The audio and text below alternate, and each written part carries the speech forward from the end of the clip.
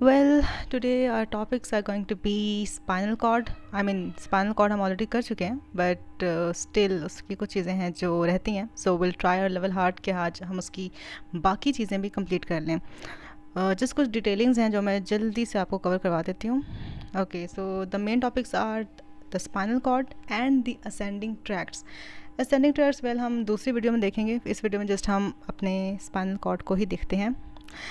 Part 1 is going to be about spinal cord. Okay. So, three things are there जो मैं आप लोगों को एक्सप्लेन करना चाहती हूँ, जो मुझे लगता है मैं लास्ट वीडियो में नहीं बताई थी. एक चीज़ है स्पाइनल इन्लार्जमेंट्स. अच्छा, होता ये है कि बेसिकली ना जहाँ जहाँ से प्लेक्सिस बन रहे हैं, जहाँ जहाँ से प्लेक्सिस के लिए नर्व्स डिराइव हो रही हैं स्पाइनल कॉर्ड से, वहाँ वहाँ स्पाइनल कॉर्ड में एक इन्लार्जमेंट आ जाती है, एक बल्ज आ जाता है. उसको हम बोलते हैं स्पाइनल इन्लार्जमेंट. सो वो बेसिकली दो जगहों पे होती है. एक होती है सर्वाइकल रीजन में और एक होती है लंबर रीजन में. फॉर एग्जांपल अगर आप यहाँ पर देखो, दिस वन, ये वाली आपकी सर्वाइकल इन्लार्जमेंट है और ये नीचे आपकी this one is your lumbar enlargement. तो ये दो इन्लार्जमेंट्स आ जाती हैं when the nerves are derived for the several plexus. अच्छा, एक और हम टर्म यूज़ करते हैं अक्सर, कोनस मेडुलारिस. अच्छा, कल बच्चों को कन्फ्यूजन हो रही थी कोनस मेडुलारिस में और फाइलम टर्मिनल में. तो अच्छा, कोनस मेडुलारिस ये होता है जो स्पाइनल कॉर्ड है ना, उसका जो एंड का पोर्शन होता है जहाँ पे स्पाइनल कॉर्ड ने बस अब ख़त्म होना होता है, टर्मिनेट करना होता है, वहाँ वो बेचारी ना थोड़ी एक्सपैंड कर जाती है और वो बनाती है फिर कोनस मेडुलारिस. लाइक यहाँ पर ये वाला पोर्शन कोनस मेडुलारिस का पोर्शन है, this one. I don't know हिल क्यों रही है. ठीक है, ये वाला. ठीक है. सो द कॉर्डल इन्लार्जमेंट या जैसे कह सकते हैं expansion of the spinal cord is called as conus medullaris and it is different, far different from filum terminal. Filum terminal entirely कुछ और चीज़ें हैं. तो अगर आपसे पूछेंगे कॉनस मेडुलारिस क्या चीज़ है, तो it is simply cone shape या यू कैन से कि यार एक बस इन्लार्जमेंट है, एक बल्ज है, एक एक्सपेंशन है caudal portion of spinal cord की, जो कि यहाँ पर आपको इस फॉर्म में नज़र आ रहा है. ठीक है. अच्छा, फाइलम टर्मिनल ये होता है बेसिकली, मैंने बताया था कि 3 लेयर्स होती हैं हमारी स्पाइनल कॉर्ड की, dura mater, arachnoid mater and the pia mater. अब जो ड्यूरा मैटर और अरेक्नोइड मैटर है ना, ये तो बस एक्सटेंड करती हैं till the level of S2, मतलब स्पाइनल कॉर्ड से नीचे ही एक्सटेंड करती हैं, लेकिन S2 पर आकर ख़त्म हो जाती हैं. लेकिन जो पाया मैटर है ना, वो बड़ी ढीठ होती है, वो S2 से भी नीचे एक्सटेंड करती है. वो कहती है मैंने तो जाना है एंड तक, और एंड क्या है, कॉसिक्स. तो पाया मैटर एक्सटेंड करती है till the tip of cos x, और ये जो एक एक्सटेंशन है ना पाया मैटर की, इसे हम बोलते हैं फाइलम टर्मिनल, जो इन्होंने यहाँ पे दिखाया हुआ है in this form. So this is conus medullaris, जो कि स्पाइनल कॉर्ड का अपना कंपोनेंट है, and this is filum terminal, जो बेसिकली पाया मैटर है. ठीक है, एक्सटेंशन ऑफ पाया मैटर है beyond the level of S2, जो कि अटैच होती है till the tip of coccyx. Okay, next अब कुछ इंपॉर्टेंट कॉन्सेप्ट्स हैं before proceeding with the several ascending tracts, descending tracts. हमें ट्रैक्ट्स का मतलब ही नहीं पता होता और हमें डिफरेंट चीज़ों में डिफ्रेंशिएट ही नहीं करना आ रहा होता, वहाँ हम कंफ्यूज होते हैं और वहाँ पर हमें एडवांस चीज़ें समझ में नहीं आती हैं. तो जब तक आपको बेसिक्स का नहीं पता होगा, आपको एडवांस समझ में नहीं आएगा. तो 6 चीज़ें हैं जो मैं अभी आपको क्लियर कर देती हूँ ताकि हमें बाद में मसला ना हो. पहली चीज़ है ट्रैक्ट. ट्रैक्ट बेसिकली कहते हैं बंडल ऑफ नर्व फाइबर्स को. ठीक है, मेनली एक्सॉन्स के बंडल को. ठीक है, जब वो बंडल प्रेजेंट होगा ना आउटसाइड द CNS, तब वो कहलाएगा नर्व, और जब वो बंडल प्रेजेंट होगा ना इनसाइड द CNS, तब वो कहलाएगा ट्रैक्ट. फॉर एग्जांपल अगर वो स्पाइनल कॉर्ड में है या ब्रेन में है बंडल ऑफ एक्सॉन्स, तब हम उसे ट्रैक्ट कहेंगे, लेकिन जब वो आपकी किसी पेरिफेरल बॉडी पार्ट में है तब हम उसे नर्व कहेंगे. ठीक है. अच्छा, तीसरी चीज़ है न्यूक्लियाई और गैंग्लियन. ठीक है. अब न्यूक्लियाई क्या होता है, जिस तरह क्लस्टर ऑफ एक्सॉन्स की हमने बात की, उसी तरह हमारे पास cluster of neuron cell bodies भी होते हैं. अच्छा, अगर तो एक cluster of neuron cell bodies inside the CNS है, तब हम इसे कहेंगे न्यूक्लियस या न्यूक्लियाई प्लूरल. ठीक है. लेकिन अगर एक cluster of neuron cell bodies outside the CNS है, तब हम उसे कहेंगे गैंग्लियन. सिंपल. ठीक है. ट्रैक्ट CNS के अंदर, नर्व CNS के बाहर, न्यूक्लियर CNS के अंदर, गैंग्लियन CNS के बाहर. अब कुछ बच्चों को फेसिकुलस और लेमिनिस्कस में प्रॉब्लम होती है कि ये क्या चीज़ बलाएँ हैं. तो जैसे मैंने आपको बताया कि ट्रैक्ट क्या होता है, it's just a collection of nerve fibres या कलेक्शन ऑफ एक्सॉन्स. फेसिकुलस और लेमिनिस्कस भी यही चीज़ है, ये भी collection of nerve fibres, collection of axons ही हैं, जस्ट इनके टेक्सचर में चेंज आता है, इनकी स्ट्रक्चर में चेंज आता है. कि जो फेसिकुलस है वो बेसिकली बंडल के फॉर्म में होता है, और जो लेमिनिस्कस है वो बेसिकली आपकी रिबन लाइक होता है. ठीक है, बस ये फ़र्क है, और ये चीज़ें जो हमें डिस्टर्ब कर रही होती हैं, समझ नहीं आ रही होती. खैर, अच्छा जी, मैंने कहा था कि मैं थोड़ी एक्सप्लेनेशन दूंगी, तो थोड़ा सा आपने ना ख़ुद को संभाल कर बैठना है, क्योंकि थोड़ी चीज़ें टफ होने वाली हैं. इतनी नहीं पर इजी आएंगी. अच्छा, first thing is the grey matter of spinal cord, जो कि आप यहाँ देख रहे हैं, ये जो बटरफ्लाई शेप है, यहाँ थोड़ा लाइट नज़र आ रहा है, लेकिन ये है आपका grey matter of spinal cord. अच्छा जी, अब एक इसका पोर्शन है एंटीरियर और एक है पोर्शन पोस्टीरियर, ठीक है। एंटीरियर वाला as we know motor fibres carry motor neurons में होते हैं, और जो उसका पोस्टीरियर पोर्शन है वहाँ सेंसरी न्यूरॉन्स होते हैं, और यहाँ से आपकी मोटर रूट निकलती है और यहाँ से आपकी सेंसरी रूट निकलती है फॉर योर स्पाइनल नर्व्स, ठीक है। अच्छा, अब मैंने बताया कि जो आपका होता है ना ग्रे मैटर, इसमें कुछ हॉर्न्स होते हैं, लाइक यहाँ पर नज़र आ रहे होंगे, ये देखो ये ग्रे हॉर्न्स हैं, these are the grey horns होता है ग्रे मैटर, ठीक है। उसके मतलब उसके प्रोजेक्शंस ही बने हॉर्न से बने हुए हैं उसके। तो इन्हीं हॉर्न्स को हम लोग कॉलम्स भी कहते हैं, like this is anterior column, this is a posterior grey column. तो ये बस बात समझ लो, ठीक है। तो बेसिकली ये जो हॉर्न्स होते हैं ना, ये जो कॉलम्स होते हैं, एज वी नो कि ग्रे मैटर में क्या पड़ा हुआ है, सेल बॉडीज़ पड़ी हैं, और कैसे पड़ी हुई हैं, वो जस्ट स्कैटर्ड नहीं पड़ी हुई, वैसा मतलब बेचारी यतीम नहीं है कैसे पड़ी होंगी, उनके पास प्रॉपर घर है, वो प्रॉपर एग्रीगेटेड फॉर्म में पड़ी होती हैं, और उस घर को, उस एग्रीगेशन ऑफ सेल बॉडीज़ को हम कहते हैं nuclei, as I told you previously, ठीक है।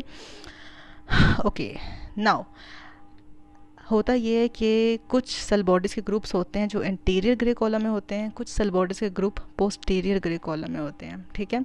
अब हमने इन दोनों को स्टडी करना है, हमने इंटीरियर ग्रे कॉलम के भी सेल बॉडीज़ के ग्रुप्स को स्टडी करना है, और हमने पोस्टीरियर ग्रे कॉलम के भी नर्व सेल बॉडीज़ के ग्रुप्स को स्टडी करना है।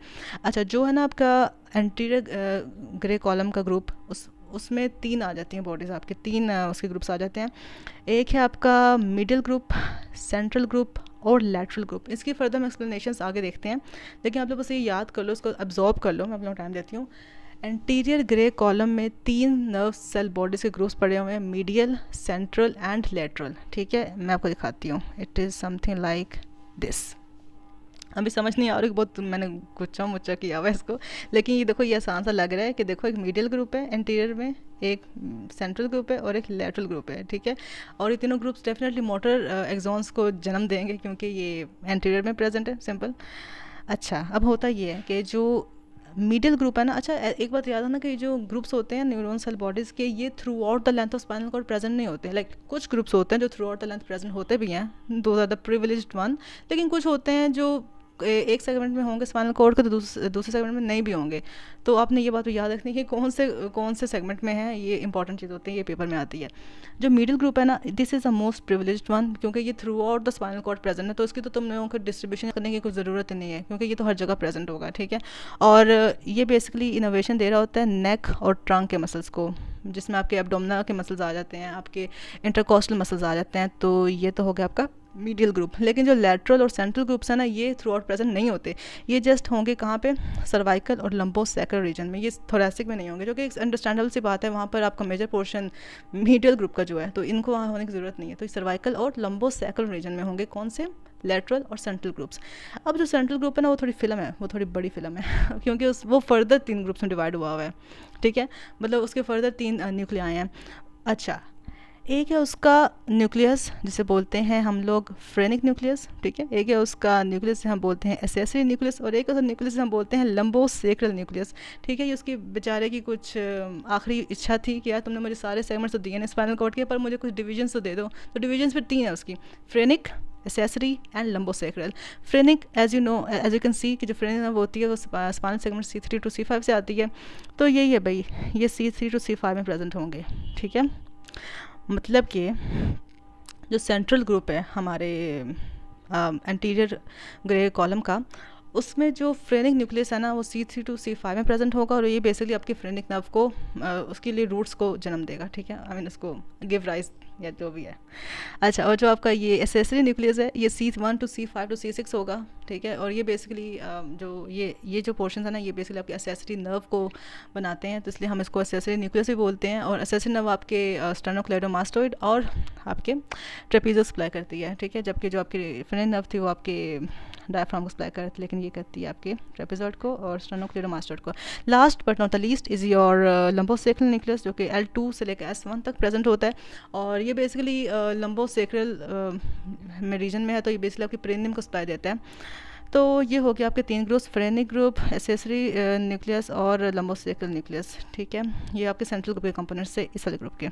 अब हम लोग लेटरल ग्रुप पे आ जाते हैं। लेटरल ग्रुप बेसिकली बहुत मासूम से कोई सब डिविजन्स नहीं है, ये भी सर्वाइकल और लंबोसेकल रीजन्स में ही प्रेजेंट है, और ये सिंपली आपके स्केलेटल मसल्स ऑफ लिम्स को सप्लाई दे रहा है। सिंपल सी बात है, ठीक है। मैं को रिवाइज कर देती हूँ। Middle group through out present है, नेक और ट्रंक के मसल सप्लाई दे रहा है। Central group through out present नहीं है, जस्ट प्रेजेंट है सर्वाइकल और लंबोसेकल रीजन में, जिस तरह लेटरल ग्रुप भी जस्ट सर्वाइकल और लंबोसेकल रीजन्स में ही प्रेजेंट है।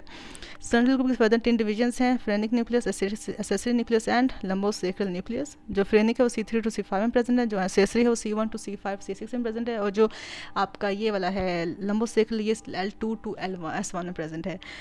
अच्छा जी। और जो लेटरल आपका था ग्रुप ये वाला, ये आपका सिंपली किसी ग्रुप में नहीं है, बस ये स्केलेटल मसल्स ऑफ लिम्स को सप्लाई दे रहा है। ख़त्म हो गया आपके nuclei of the anterior horn of the spinal cord. Next, अब पोस्टीरियर, अब देखो अगर एंटीरियर में इतने सारे न्यूक्लियाई हमने देखे हैं, तो क्या पोस्टीरियर में नहीं होंगे? आई मीन उसमें भी होंगे ना, ठीक है। तो उसमें भी होते हैं।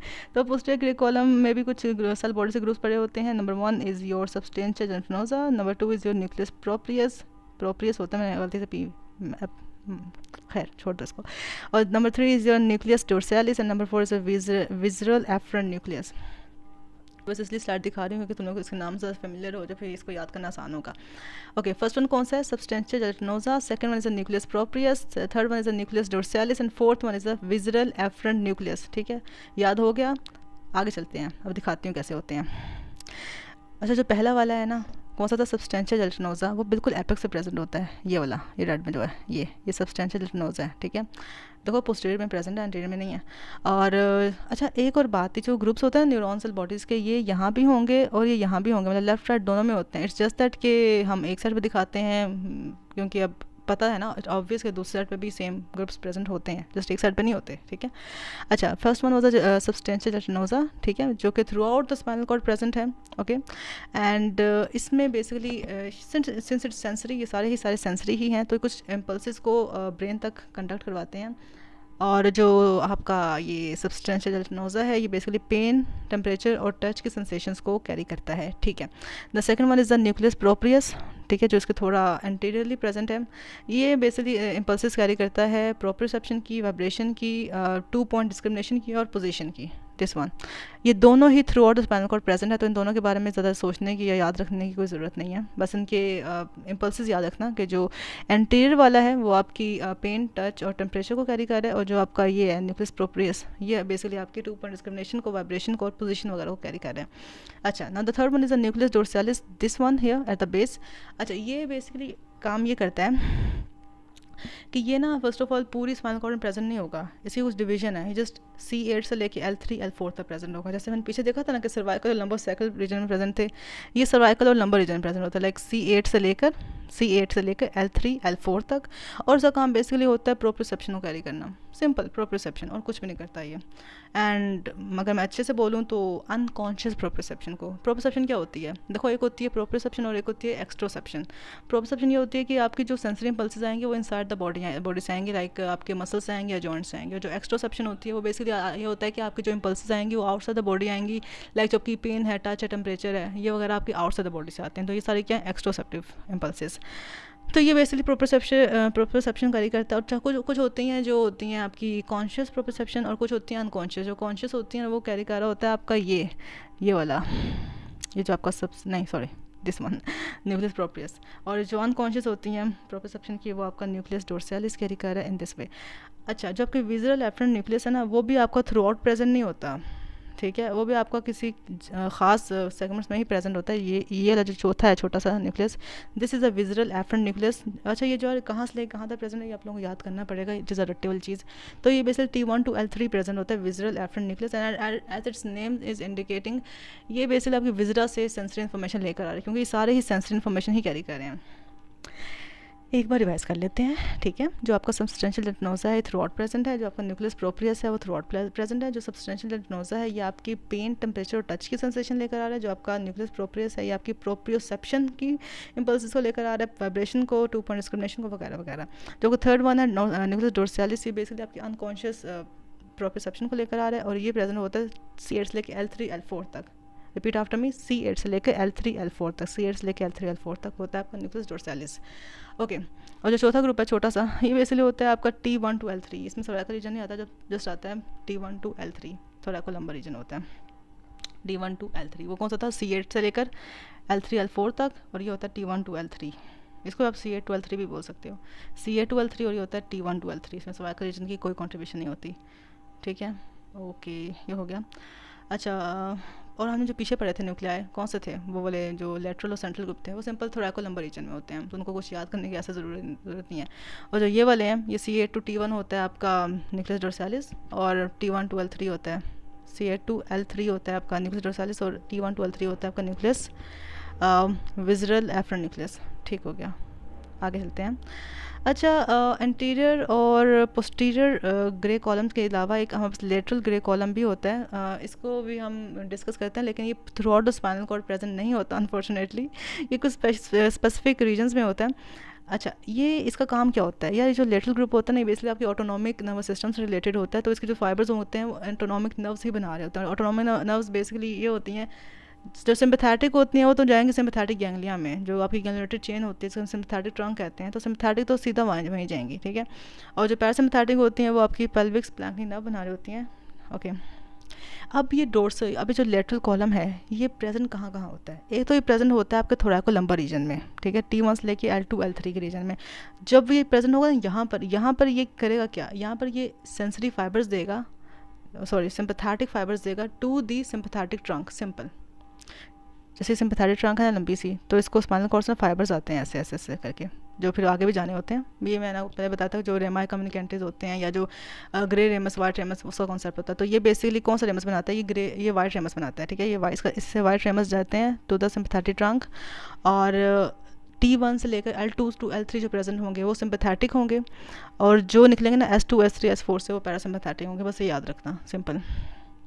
तो अब ताकि चीज़ें मिक्स ना हो तो लोग दोबारा बता देती हूँ कि जो न्यूक्लियस डोर्सालिस था वो प्रेजेंट था from your C8 to L3, जो न्यूक्लियस विज़रल एफरंट था वो प्रेजेंट था from your T1 to L3, और ये भी T1 to L3 he present है आपका लेटरल कॉलम का सिम्पैथेटिक पोर्शन, और S2 S3 S4 में प्रेजेंट है आपका लेटरल कॉलम का पैरासिम्पैथेटिक पोर्शन। आगे, okay, so this was all about your spinal cord. अब हम आगे पार्ट 2 करेंगे, ascending tracts of spinal cord, next video में। ओके।